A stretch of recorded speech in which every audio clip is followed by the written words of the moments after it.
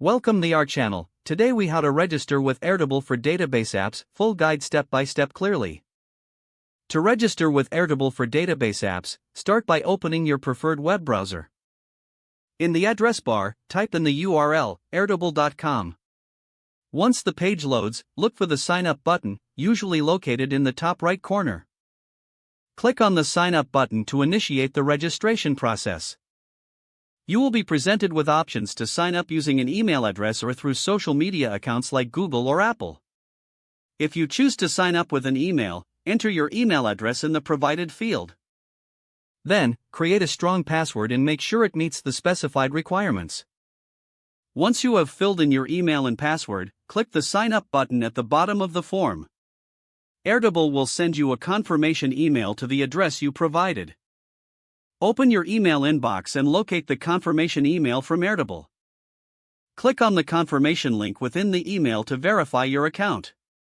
After verification, you'll be redirected back to the Airtable website. Now, you can complete the registration process by providing additional information, such as your name and organization. Once you fill in those details, click on the Create Workspace button to proceed.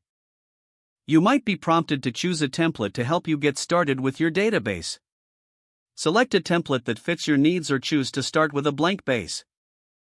After selecting a template or starting empty, you will access Airtable's main dashboard.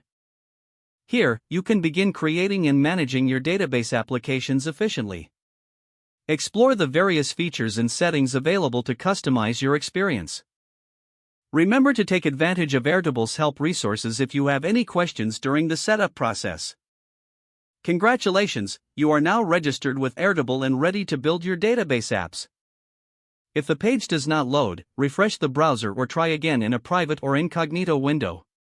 Make sure you are using the correct email address, then retype it carefully to avoid small typos. If your password is not accepted, use the reset option and create a new strong password you can remember. Check your spam folder for verification or security emails, then complete any requested confirmation steps.